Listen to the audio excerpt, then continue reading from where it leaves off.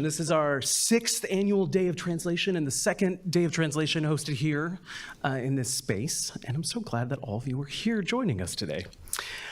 I'm Michael Holtman. I'm the president of San Francisco Center for the Art of Translation. It's a joy to be here with you for the 2025 Day of Translation, which promises to be a provocative and memorable day indeed.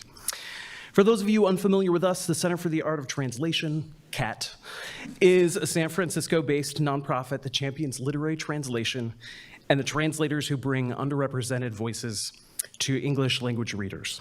CAT builds a vibrant cross-cultural community through its award-winning publisher, Two Lines Press, dynamic events that connect readers and translators, and the educational program Poetry Inside Out, which brings poetry translation into classrooms.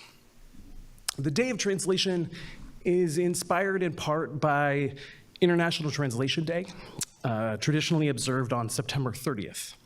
International Translation Day was established by the United Nations in 2017 as a tribute to the tireless efforts of translators and interpreters in promoting dialogue, peace, and mutual understanding among individuals from diverse linguistic and cultural backgrounds.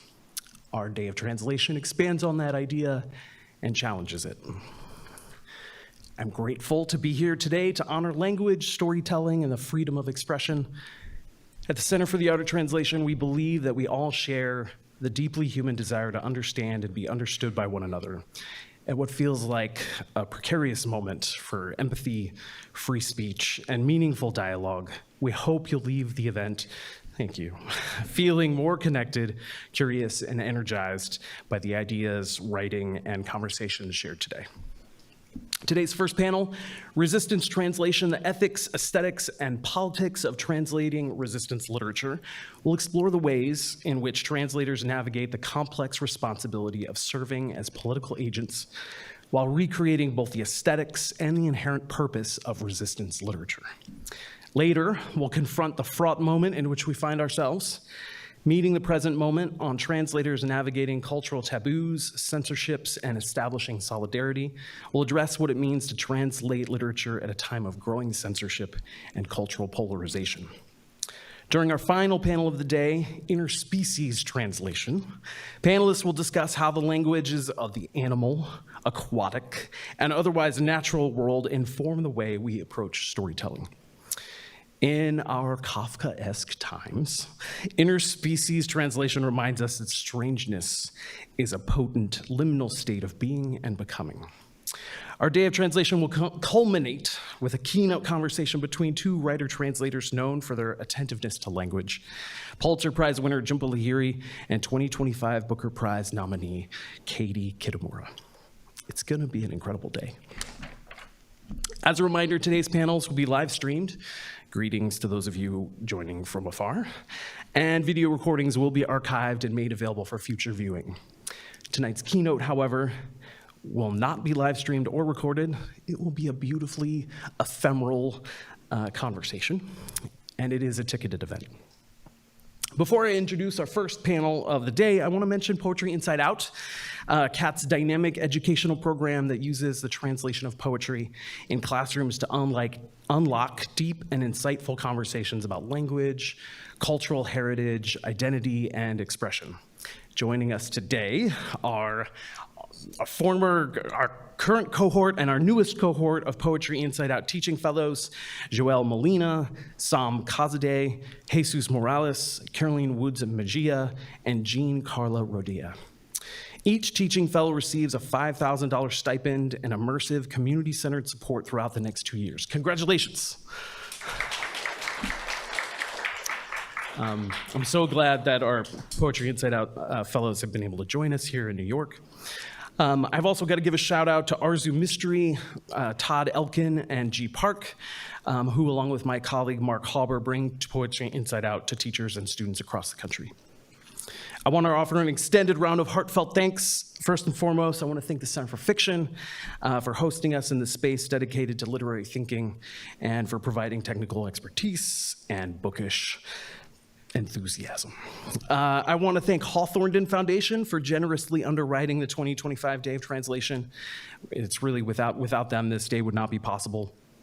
I want to thank today's staggeringly talented participants, many of whom have traveled far with us and gone out of their way to accommodate our schedule.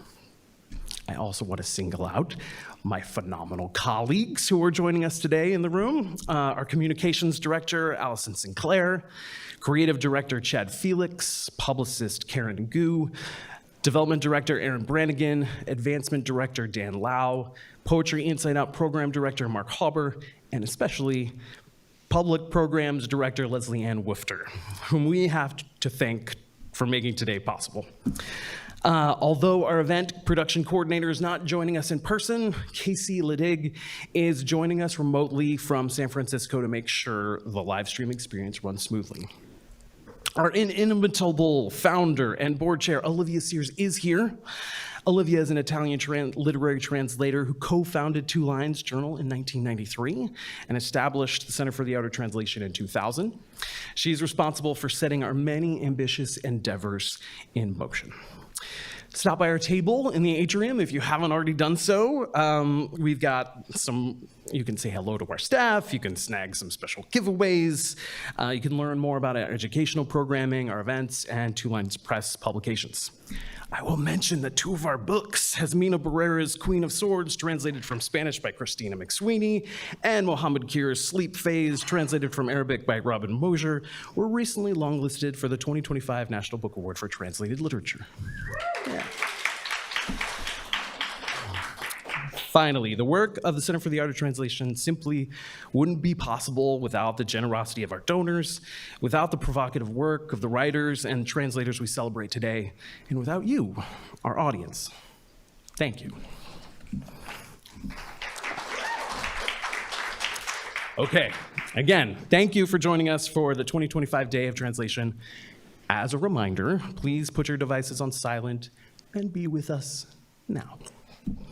Today's first panel is Resistance Translation, the ethics, aesthetics, and politics of translating resistance literature. How do translators navigate the complex responsibility of serving as political agents while recreating both the aesthetics and the inherent purpose of resistance literature? What strategies enable translators to work toward liberation without catering to colonial tastes? How do you bring Palestinian literature to English readers when those readers are part of the system Palestinian writers are pushing back against? Writer, translator, and performer Stine An, writer and translator Eirill Alvilde Falck, and writer and translator Khaled Rajeh will share case studies from their work analyzing problematic translations and examining literary translation's role in anti-colonial struggles from Palestine to Hong Kong. Moderated by award-winning translator Chenxin Jiang, this conversation will focus on how translation can subvert dominant narratives, amplify marginalized voices, and serve as a necessary act of resistance. Please welcome Stine, Eirill, Khaled, and Chenxin. Thank you.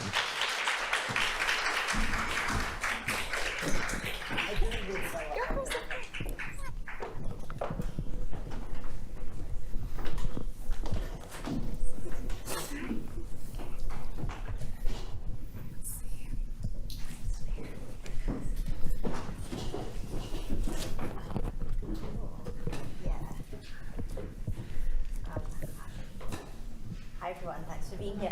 Are our mics live? Can you hear us? Hello. No, not yet. Oh, they are now. They are now, okay. Fantastic. Here we go. Okay. Thanks so much to the Center for the Art of Translation for having us. And this is a great place. Thanks so much to the Center for Fiction. As a panel, the one thing that I said I would say before we get started is that as a panel, we decided to donate our honoraria to the Samir Project, which is a Palestinian-led aid initiative in Gaza. Keep an eye on the time. The panel takes its title from a book by Barbara Harlow, the scholar of post-colonialism and contemporary Arab literature. Her book, Resistance Literature, appeared in 1978, and I printed out a couple of lines, so I can read them. Quote, resistance literature calls attention to itself and to literature in general as a political and politicized activity. The literature of resistance sees itself, furthermore, as immediately and directly involved in a struggle against ascendant or dominant forms of ideological and cultural production. So there are two things about this this line that immediately jump out at me anyway. Firstly, that it sort of centers a political struggle that's taking place in the world, right? Like the struggle against dominant forms of ideological production. But secondly, that it centers the literary text itself. So it calls, it quote, calls attention to itself, or resistance literature calls attention to itself and to literature in general. And I think this tension between what's happening in the world and what's happening in the world of the literary text is one that we'll definitely cover today. So with that said, I want to give folks on the panel a chance to introduce themselves and the connection between their work and the subject of the panel. So, maybe. Sure. My name is Eirill Alvilde Falck, and I have recently been translating the work of the poet M. Seppala Simonsen, who is a Norwegian Kven poet. And so something that actually I think a lot of the Anglophone world doesn't really realize is that Norway has a large population of indigenous people, as well as several ethnic and linguistic minorities that were subject to the sort of Norwegianization policies of the Norwegian government leading up to the 1950s and a bit beyond. There's currently a Truth and Reconciliation Commission that I think they just wrapped up their work really recently. And so that is my sort of project that has brought me to this, to this topic, to this panel. Hi everyone, my name is Stine. I'm a Korean American poet, and I'm here for two reasons. One is that I took a literary translation course during my MFA, and doing literary translation sparked for me a political awakening and transformation in my relationship to Korean language. And so I'll talk a bit about resistance literature through the personal and the relational through literary translation. And then I'm also working on a translation project that deals with the class-based politics of labor in art and literature, who gets to be an artist, who gets to be a poet. And for me, it explicitly engages with the questions around who gets to be published, who's translated, who gets to write. And the poet who wrote this book, it's titled, the working title is Occupational Front, but Sigop Zonson in Korean. And he comes from a working class background, and for me, this is a collection that pushes publishing norms, and it's like a part of global resistance literature, but it's also something I am trying to work on personally as a translator as well. Hello, my name is Khaled. I translate Arabic fiction. For my dissertation at the University of Iowa, I am currently researching and writing about the life and work of Ghassan Kanafani. He was born in Palestine in 1936. He was assassinated by the Israeli Mossad in 1972 in Beirut. He was a novelist, a short story writer, a journalist. Famously, he was among the first editors to publish Palestinian poets such as Mahmoud Darwish and Samih al-Qasim, including the cartoonist also Najil Ali, who gave us Handala.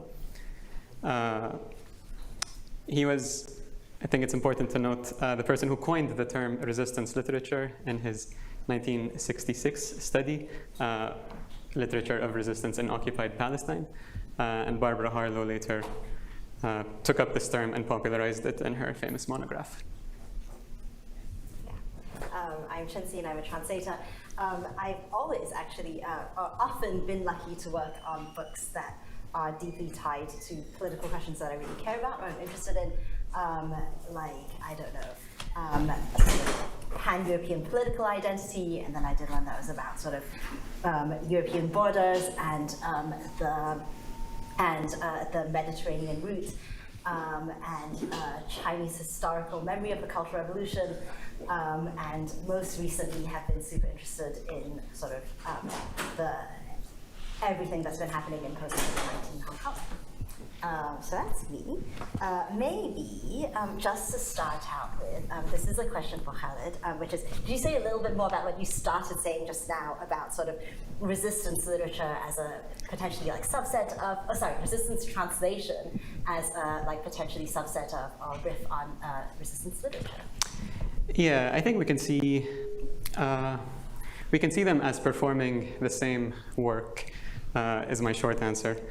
My long and winding answer will start with an anecdote from the life of Ghassan Kanafani, which, according to his sister Faiziya, the day before his assassination, his 17-year-old niece, Lamis, who was in the car with him when the bomb detonated, she asked him, why don't you quit your revolutionary activities? He was the spokesperson of the PFLP at the time. She said, why don't you just quit all these time-consuming activities and stick to what you enjoy doing most, which is writing stories? And his reply was, I write well because I believe in a cause and principles. The day I leave these principles, my stories will become empty. So for Kanafani, literary and revolutionary activities were inseparable. He openly conceived of his stories as arms in the struggle against what he termed the tripartite enemy, Zionism, imperialism, and Arab reaction. And as a producer of resistance literature, we can say that his stories are imbued with a certain political potential. They are not fashioned merely as aesthetic objects, but as political agents in a struggle. Agents that can inform, inspire, and mobilize people. So a translator of resistance literature, in my view, must be aware of this potential and must see it as a crucial component in a text, as something that must be brought out in translation, as something as necessary as mood or tone or voice or atmosphere, or all of these other characteristics in the name of which we sometimes depart from a word-for-word or a sense-for-sense translation of a text. Now, what forms these departures will take is a tricky question that we will get to. But I will conclude my first answer by saying that translators have historically been very important in liberation struggles across the globe.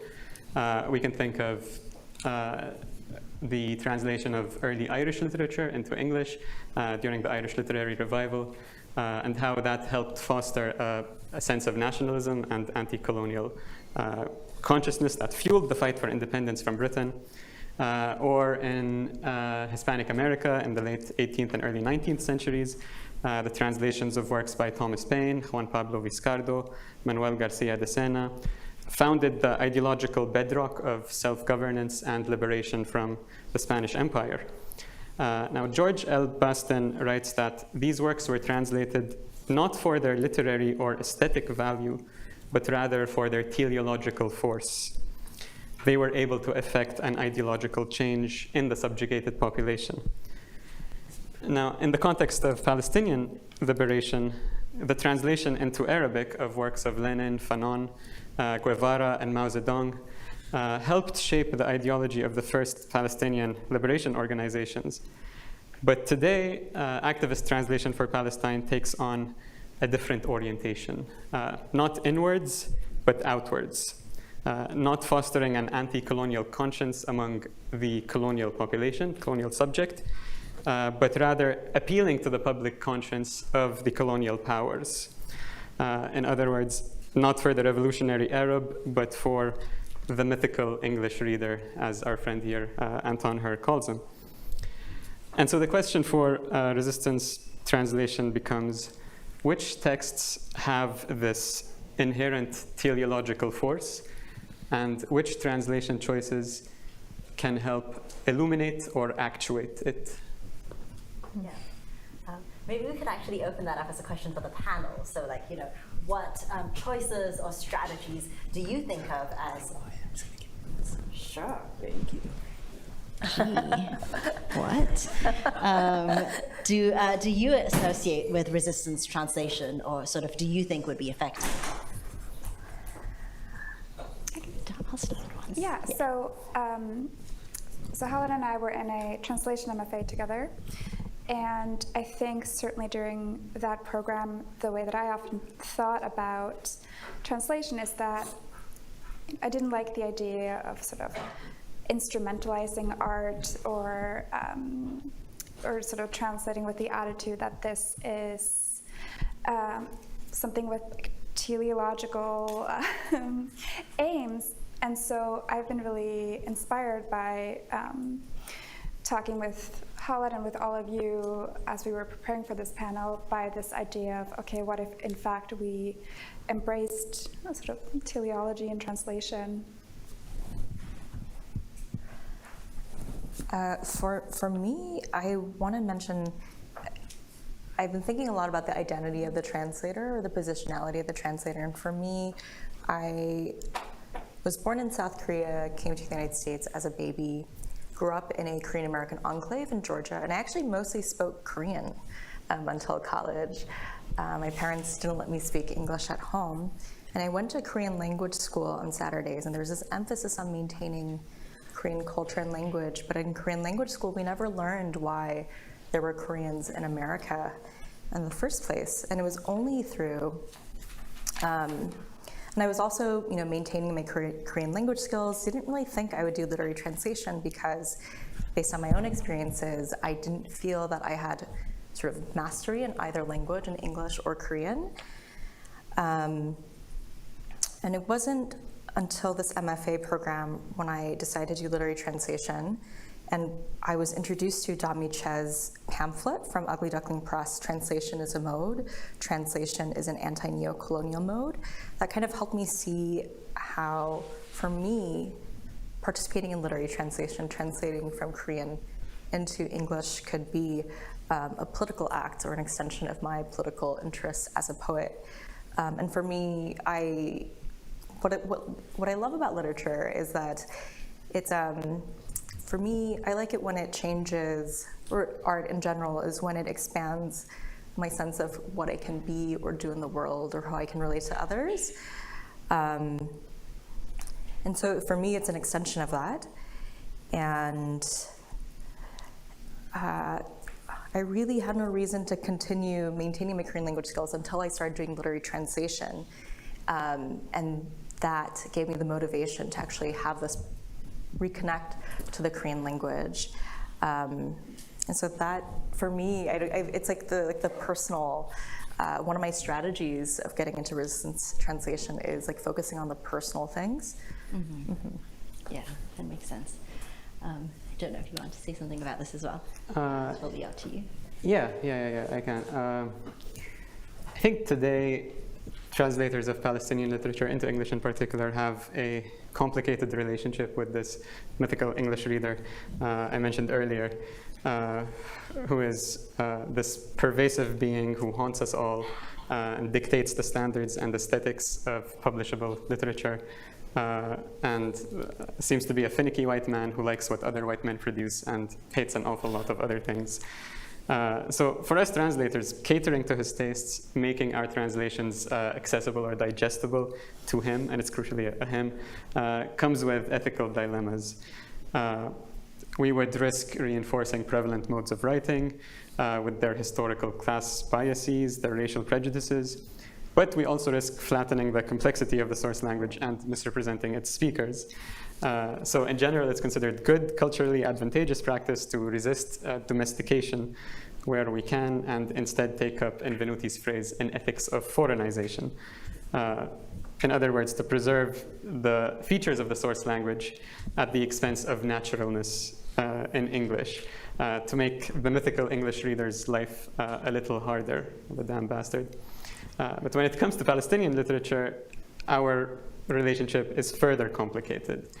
On one hand, we have to shake off his gaze to ensure that Palestinian voices, which are so often censored in the West, break through in their fullest nuance.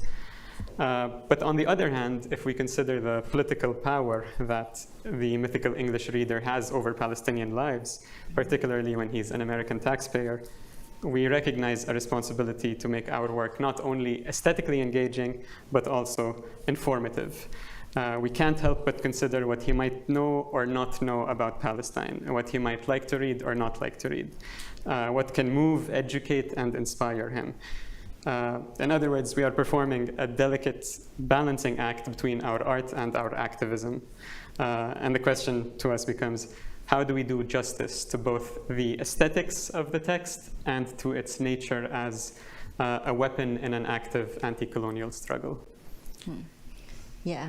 I'm wondering if one of you could say more about the problem of circulation as part of resistance translation, in that, for something to be a sort of a weapon, as it were, or an actor in a discourse, other people, people have to read it and it has to get out there in the world. And I'm wondering if one of you could say something about that. Go ahead.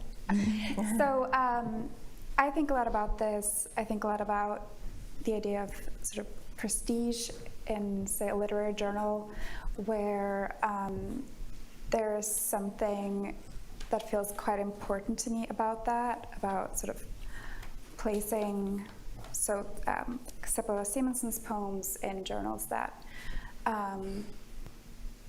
sort of, add a kind of, prestige to their work. But I also think about, and I really always prefer to publish in journals that will also publish the poems online, because no one in Norway subscribes to these. We don't know, we don't know what the Kenyan Review is. We don't. But something that I also think about a lot is that, and so it's more important to me that people in Norway read them, and everyone in Norway speaks English, and so I often think about the translations as being, in fact, for a Norwegian audience rather than an Anglophone audience, even though they are in English. So your mythical English reader. Well, exactly. Yeah. No, exactly. So it's it's fine, which because I think a problem or a challenge for me when in sort of placing the poems in journals is that I think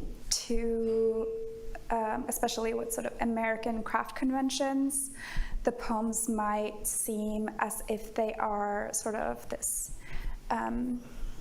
some of them might come off as kind of just sort of naive nature poetry, and without the sort of political dimension that Norwegians would see in it, because historically, but also very, very recently and in the present, there are these battles between the indigenous people and the government of Norway over wind turbines, because the wind turbines, which the Supreme Court declared illegal, but stayed up for sort of really strange reasons.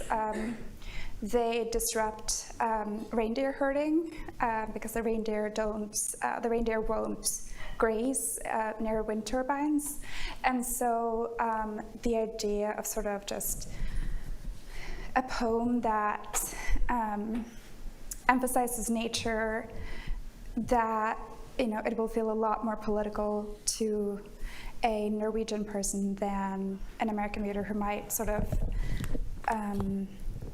just sort of not see the poems as very, certainly not political, but also perhaps sort of unsophisticated.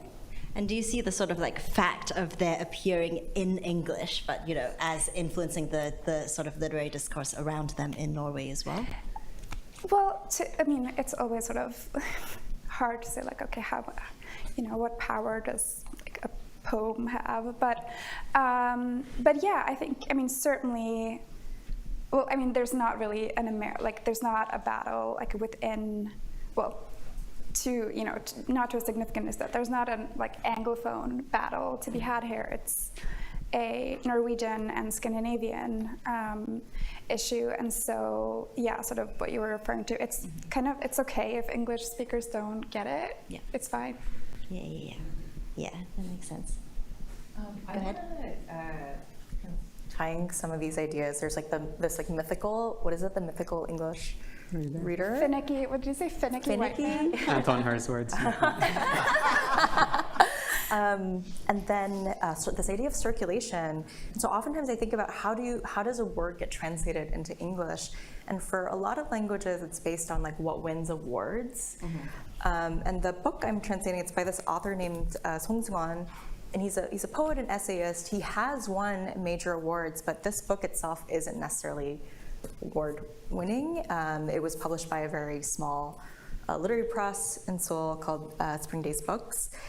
And the reason I was introduced to him because he's in a poetry collective with this other poet that I translate who runs this poetry bookshop. And I was visiting that poetry bookshop one day during a trip to Seoul, and his friend's book had just come out. And I flipped through it, and it was about work, and it was also really entertaining.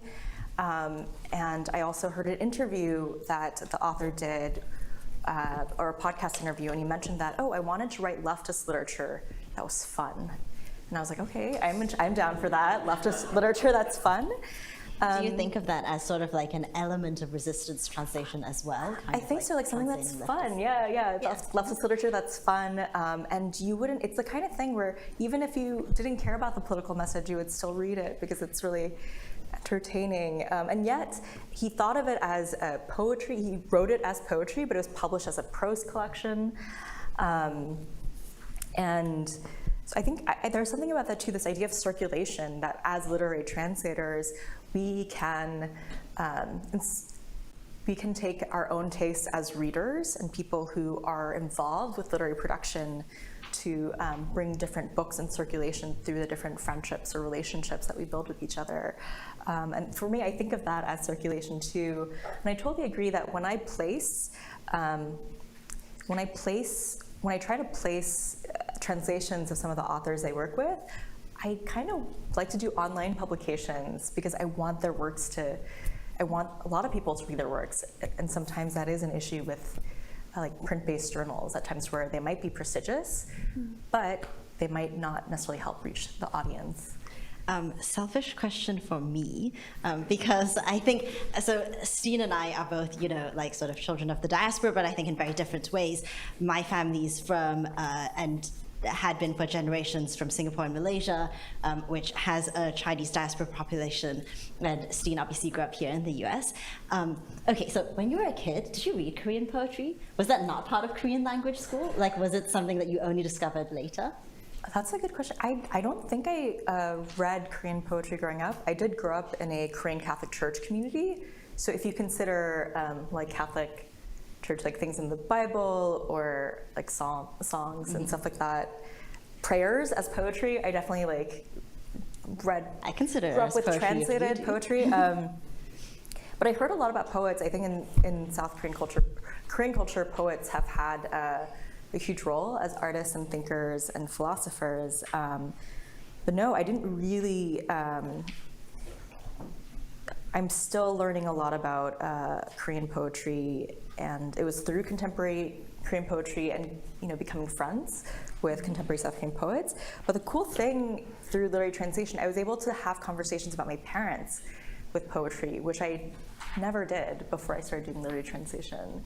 And then I got to hear stories from them about their experiences of writing poetry when they were growing up in Korea. For example, the way my dad tried to woo my mom is he just like handed her a stack of poems that he had been writing. So I think, I don't know, it's like, I feel like doing literary translation has opened up new conversations I can have with my parents, and I definitely want to, I'm very motivated to share more about, Korean poetry culture. And the sort of element of expansiveness, as you said, in your poetry and translation practice. Yeah, I think for me the expansiveness of what literary translation has brought to me as a writer and just a reader has felt extremely, it's like, it's resistance. I think it's political, but it's also, it's like joyful, and it doesn't, It's generative, it's part of your life. Yeah. Okay, question for Khaled, I think. So we talked a little bit earlier about sort of how colonial assumptions kind of interfere with what purports to be resistance translation. Can you translate for liberation without catering to colonial tastes in the context of the places that you're thinking about, and what would that look like? Yeah. And this is problematic because, of course, colonial tastes are pretty much dictated by the mythical English reader and the prevalent aesthetics. We could say that our selection of texts is the most important decision we make. Of course, translating narratives of the oppressed can help counter the narratives that oppress them. For Palestinians, it gives them, in Edward Said's words, permission to narrate, transforming them from objects spoken about to subjects who speak for themselves, from faceless statistics to relatable people, from terrorists to resistors. But how the text is translated, I think, can be either productive or counterproductive to the cause of liberation, in the sense that translators of Palestinian literature who are not invested in or attuned to the resistance and its various misconceptions in the West may end up reproducing these misconceptions through their translation choices. And I can briefly pull up an example here of Hilary Kilpatrick's otherwise great 1999 translation of Men in the Sun. The famous novella follows 3 Palestinian refugees as they try to smuggle themselves from Iraq into Kuwait by hiding in the water tank of a lorryman, a greedy lorryman who is employed, crucially, to a rich Kuwaiti person in the Gulf. And he's held up at a checkpoint. The men suffocate in the tank. And the famous last words of this novella is the lorryman Abu Khayzaran saying, why didn't they knock on the sides of the tank? And this question would echo through Palestinian literature. But in a study from 2022 by Aldous and Yahyaoui called Death on the Page, Rebirth on the Screen. Sorry to burden everyone with quotations and studies. This is a bad habit of my PhD training. They distinguish between... It's a useful habit. What's that? It's a useful habit for us. Yes, yeah. Not when we run out of time. But Aldous and Yahyaoui distinguish between an emic translation and an etic translation. And they say an emic account is shaped by the knowledge and perspective of an insider to a culture, and an etic account is that of an outside observer. In our case, an emic account would be produced by an Arab, an etic translation by an Arabist. And this distinction becomes relevant when we're dealing with a politically loaded text like Men in the Sun, where there's many subtle allusions and references to the history of occupation and resistance. And it's not that an Arabist translator would fail to notice these subtleties. It is indeed possible for a Westerner to be better informed about the history of the occupation than an Arab living under its heel. But an Arab translator would have more material consequences at stake in preserving these subtleties or privileging them over other considerations in the text. So 2 quick examples of some of the choices that Kilpatrick makes in this translation. On page 31, she writes, Abu al-Abd had given him a head dress, and he wrapped it around his head. In Arabic, the word used for headdress, of course, is a kafiyya, which is maybe the best known symbol of Palestinian culture, originally worn by shepherds and Bedouin during the 36 to 39 revolt against British rule and its support for Zionism in order to conceal their identities from British troops. And so leaving out this essential term in the translation leaves out also all of its vital connotations. Another quick example, when Abu Khayzaran is trying to convince the men to get into his water tank, he tells them, don't make a mountain out of a molehill. The Arabic used here is لا تجعل من القضية مأساة, meaning don't turn the cause into a tragedy. Kilpatrick here domesticates, right? She opts for a common idiom to render Abu Khayzaran's expression. But her translation omits the word cause. which is notably how one would refer to the Palestinian cause in Arabic. It's just the cause. To an Arabic reader, the character of Abu al-Khayzaran is linked with the reactionary Arab governments who would rather profit than benefit Palestinians. And he ended up turning the cause into a tragedy for the men he dupes. But replacing this word weakens the link between the corruption of this character and Kanafani's critique of the regimes that he represents. And so Aldous and Yahyawi conclude that in such a translation, there's a dissociation from the novel's spatio-temporal and ideological contexts. And then the question becomes, are we better served with a more literal, foreignizing approach? And my answer is not necessarily, but I will not go into that now. Yeah, makes sense. Sorry, were you going to say something, Steve? No, please. Okay. I was just going to ask people more about sort of like one level up in terms of translation, sort of resistance translation strategies, in the sense that I think we got to talk a bunch just now about kind of nitty-gritty sentence level or word level, you know, like how do you translate this, how do you translate this phrase or this, this one word, but how do you think about sort of the texts and the authors that you choose in the lens of resistance translation? Anyone? I guess you talked about it a little bit earlier, Stine, with like the leftist poet. But yeah, like sort of wide open question for anybody. One thing that came to mind, I as we were kind of thinking about this panel, a word that I thought about a lot was like solidarity, different forms of solidarity. For me, one thing I've realized while doing literary translation, I have a very fraught relationship with both Korean and English. But I honestly can't imagine what it would be like not to have a fraught relationship with language. With language, yeah. Okay.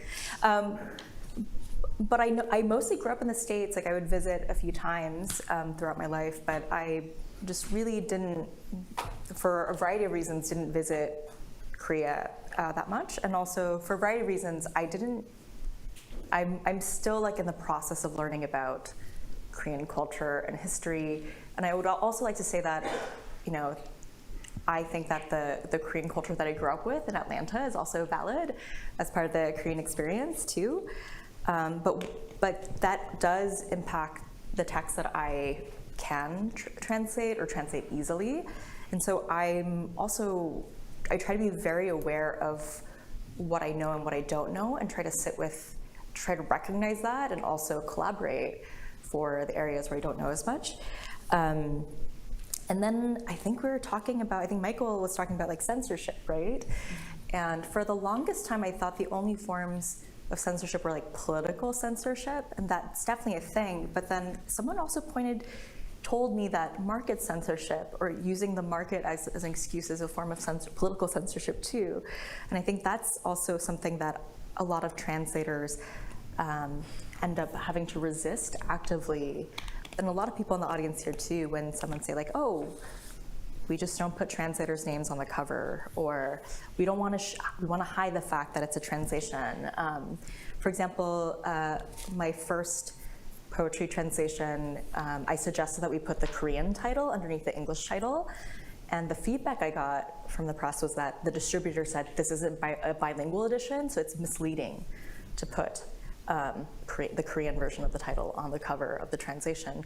Whereas in Korean publishing, it's very common, or in lots of other publishing cultures, it's very common to put the original title on the cover. And there's nothing, and they always put, at least in Korea, they always put the translator's name on the cover. So there was these things too, or the idea that translations don't sell, or whenever I hear like, oh, there's no market for this, there's no reader for this, I have to step back and think, like if there's a book that I as a reader really love and want to find a larger audience, I'm probably not the only reader. And I often see a lot of like peers and mentors like doing that work as literary translators. So it goes beyond the individual like text decisions that you make, and I think of it as kind of expanding what's possible within the cultures of literary production or the systems of literary production that we're involved with. Yeah. Yeah, yeah. Do you see this thing that Stine is kind of describing as market censorship in sort of the translation of poetry, or, you know, in the kind of like aesthetics that English language readers expect? I think a lot about sort of, yeah, like American craft conventions, and, you know, I think like for most literary magazines right now, there's nothing an editor loves more than to like publish a poem by a translation of a poem by a Palestinian poet, or just translation in general. And so in one sense, that's great, and I sort of very much feel that that is something that's really important to me, and sort of, yeah, in the question of circulation. But I wish that there was more sort of aesthetic bravery, and more of a willingness to, yeah, to sort of consider, yeah, aesthetic bravery in the sense of thinking beyond the craft conventions of American literature, which, you know, I think we, in preparing for this panel, I think one thing we said is like, fuck Hemingway, but I think the problem... Side note, do you think translations inherently have that in them? Because I mean, like, a Norwegian poet wrote a poem, presumably without reference to necessarily Hemingway or American craft conventions, right?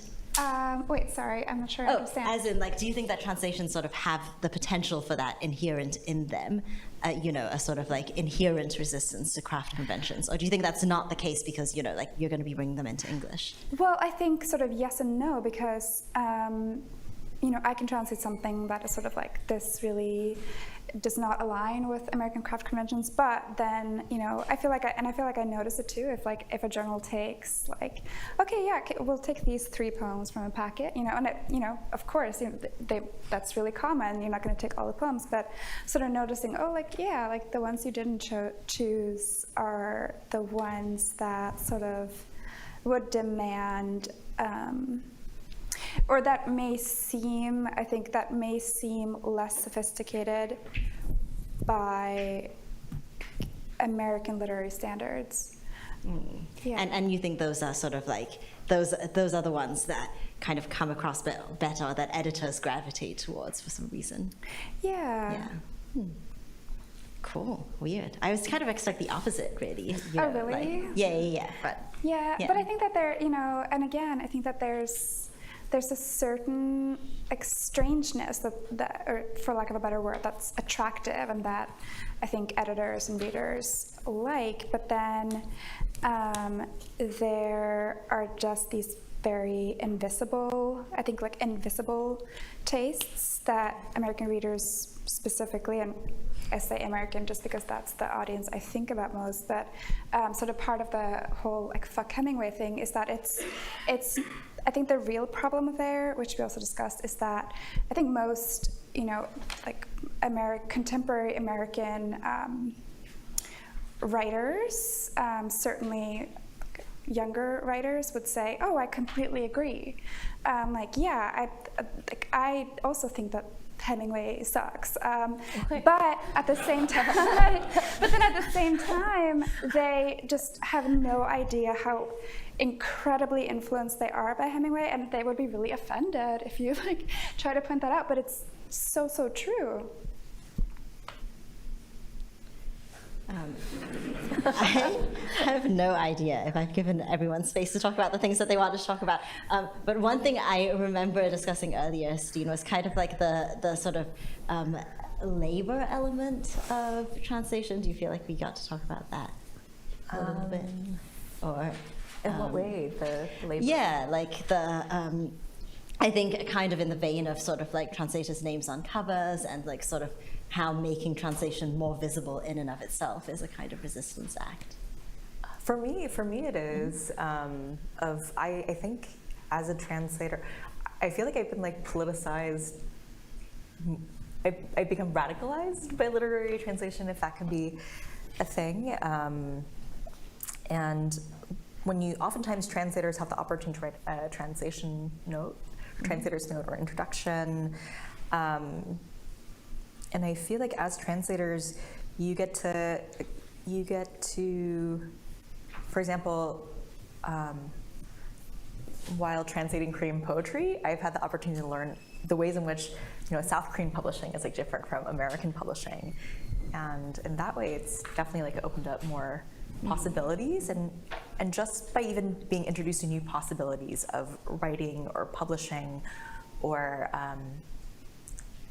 like literary culture, I think that is making me want to try things here in the States. But in terms of labor, I think it's really important to acknowledge the labor of writers and people who make books. I am honestly dying to find out what other people have to say. Is it okay if we like sort of organically transition to question time? Am I allowed to give you this mic? Oh, there are mics. Okay, there are also people who've got questions. Many people. Hi, thank you so much for sharing these thoughts and your knowledge with us today. Curious to know your thoughts on whether we can fruitfully compare the subtype of resistance translation to sort of translation of the erotic, and whether that is a valid comparison, and what we might be able to fruitfully draw about the difference between a concept of pure art and pure poetry versus the rhetorical, the erotic, and sort of the far end, what we might say the shadows of smut and pure political activity. And I'm very open to whatever you guys might think about that, but do you feel like that conceptual framework can teach us something?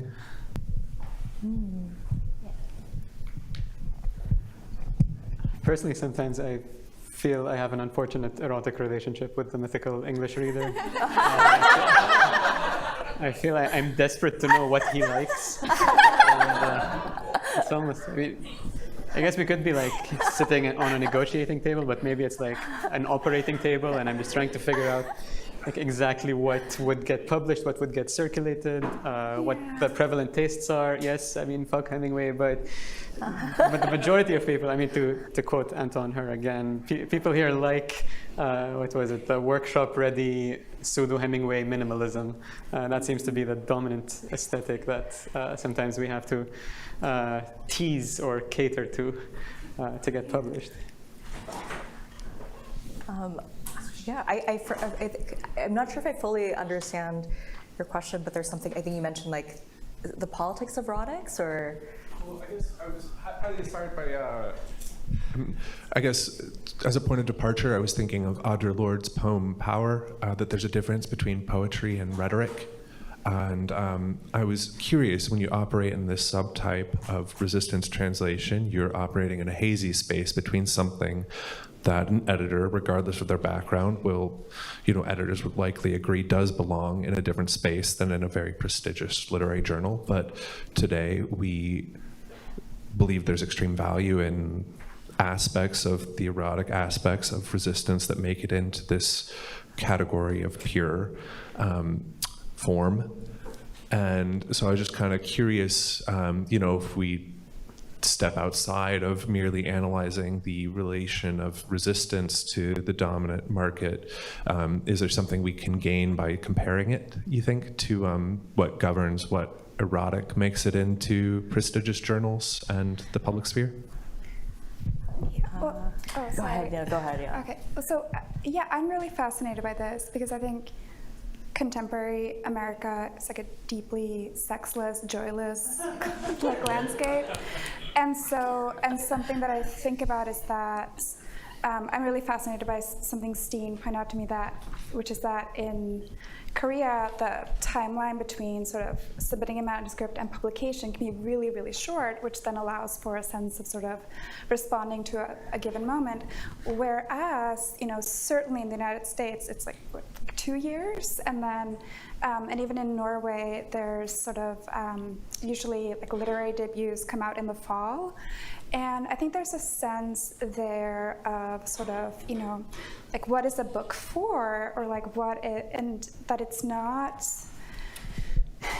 there's not a sense of like aesthetic urgency or that there's something sort of really alive here. It feels sort of a little dead already because it feels as if literature is sort of for some kind of, that it sort of exists outside of time and space, that it doesn't matter, you know, when it comes out, but also sort of thinking about sort of, I mean, I feel like smut, it's a sort of, it's a genre, and I think about how genre fiction, whether it's sci-fi or whatever, there's a sense there of sort of joy and vitality, and I think if you pick up a lot of literary journals nowadays, you feel like it's like, well, time to take my medicine, you know, like there's not, like, yeah, there's not joy and there's not the erotic.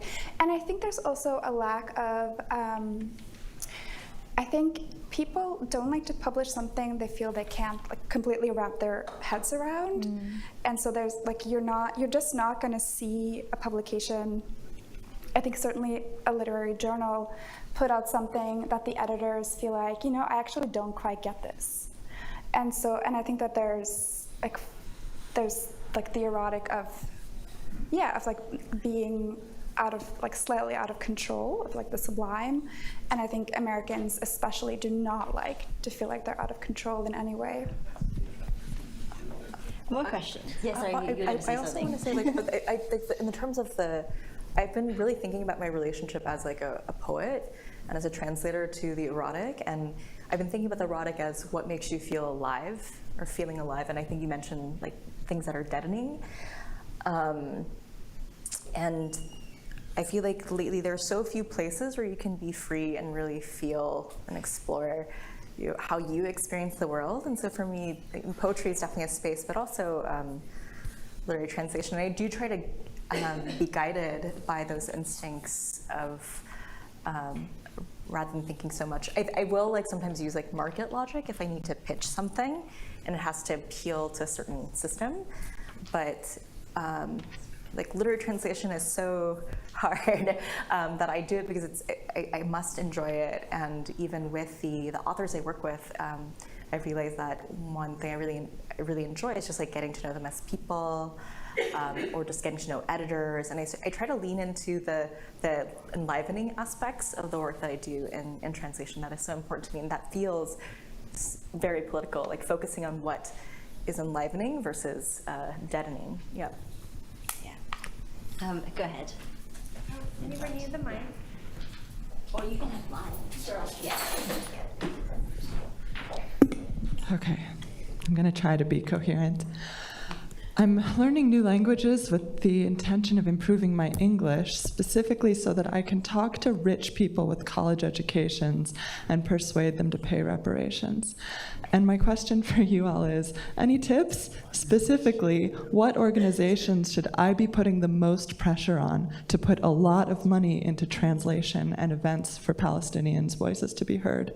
At this most recent AWP, there were 2 panels for Palestinians, and as soon as certain eyes caught sight of that, there was like an anti-Semitism panel that was added at the last minute. So we have empirical evidence, we have lived experience to know that the Zionists are threatened by Palestinian poetry.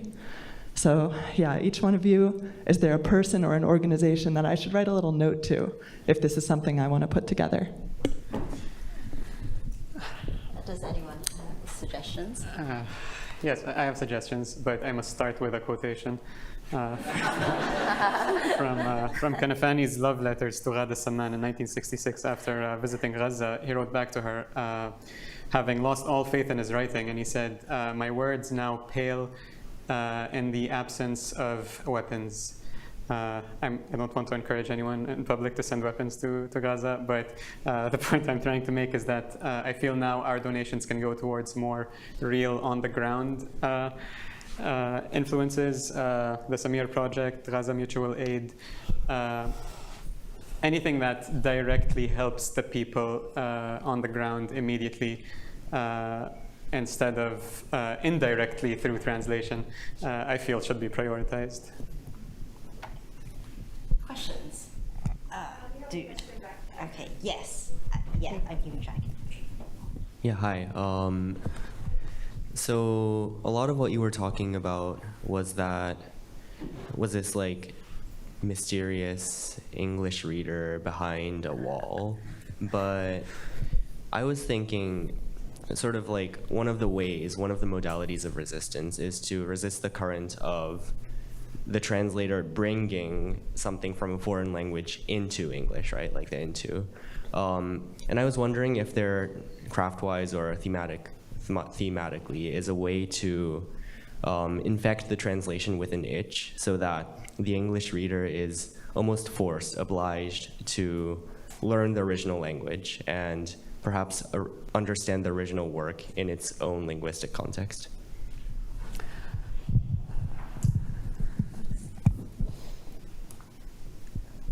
Okay.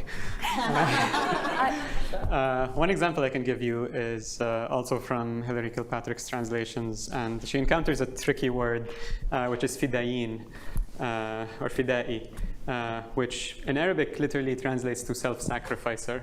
It's a very noble, honorable term.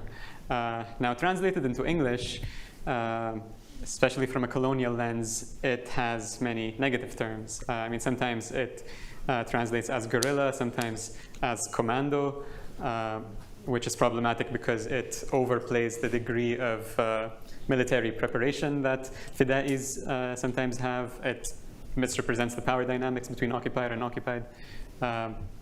But most horribly, it's often translated as terrorist.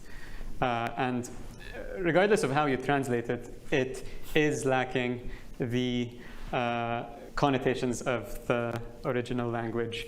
And so one argument would be either to go for a very literal translation and just let's start using self-sacrificers, or let's just keep fida'i in the original and let that word take on a meaning of its own in the English. And whoever doesn't understand it upon reading nowadays has a computer at his fingertips to look it up. I'm gonna, I saw two questions here and then one more over here. And I was gonna ask maybe like a couple of people to say their questions and then maybe we could respond to them together just to make sure we get to more folks. All right, thank you for your honesty. This is for everyone, but especially Khaled. Is there anything that you've ever translated so powerful, so touching, that didn't get picked up? And what did you do about that? Or what could you do about that?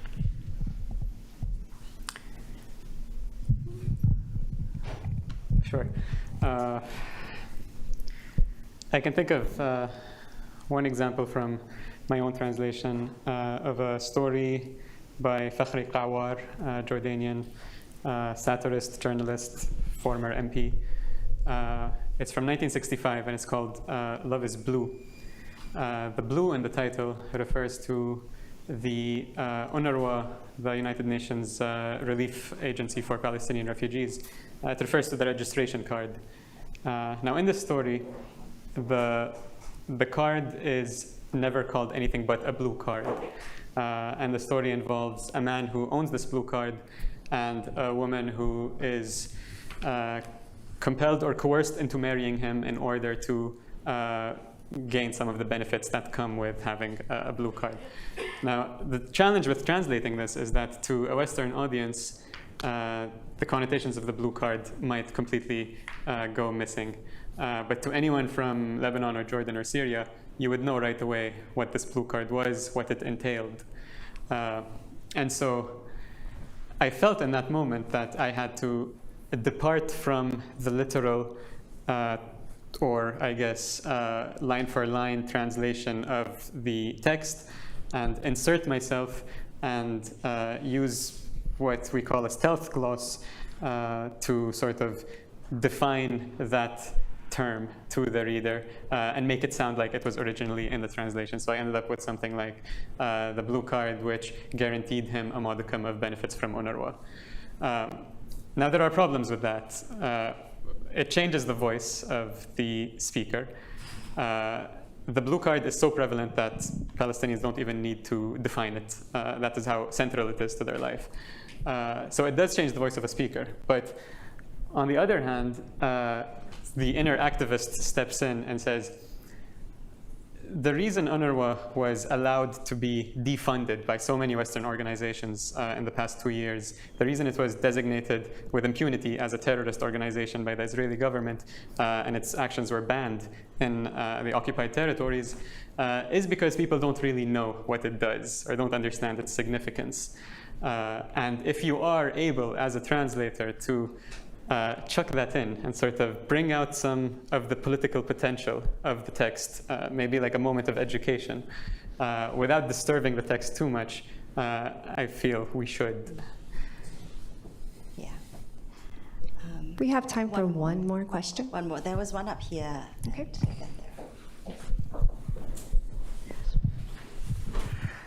Hi,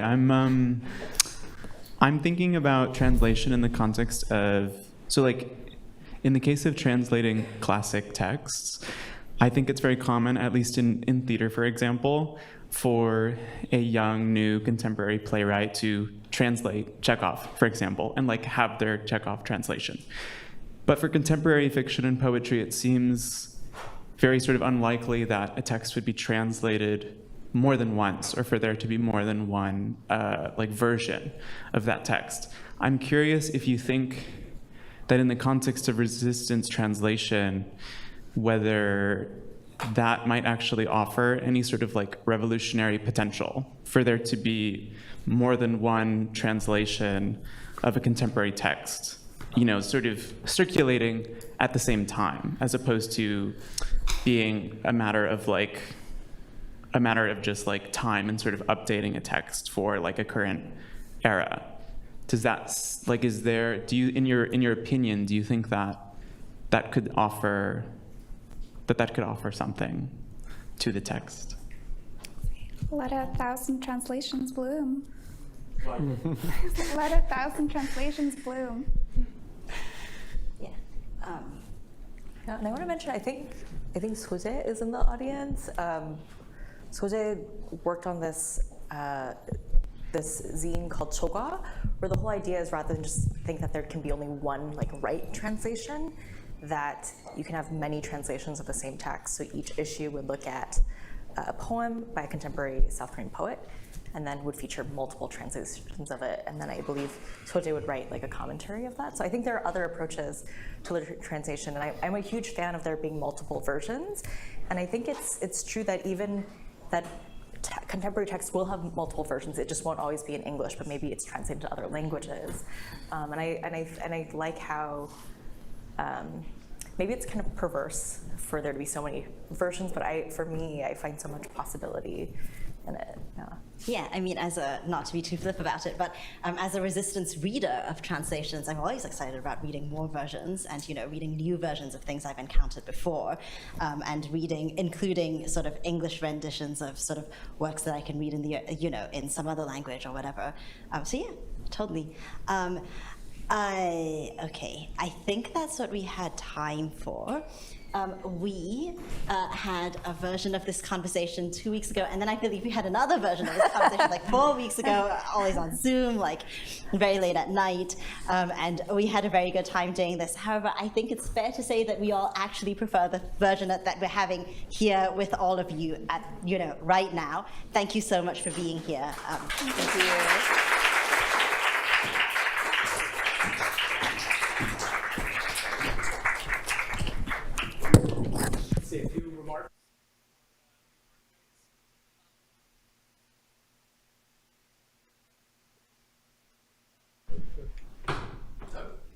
Can you hear me now? All right, thank you. Just a few more notes. Thank you so much, everyone. I feel like it's, you know, your conversation is fuel for the spirit and a reminder for us to take action when we can. Please join me in one more round of applause for our fantastic panelists.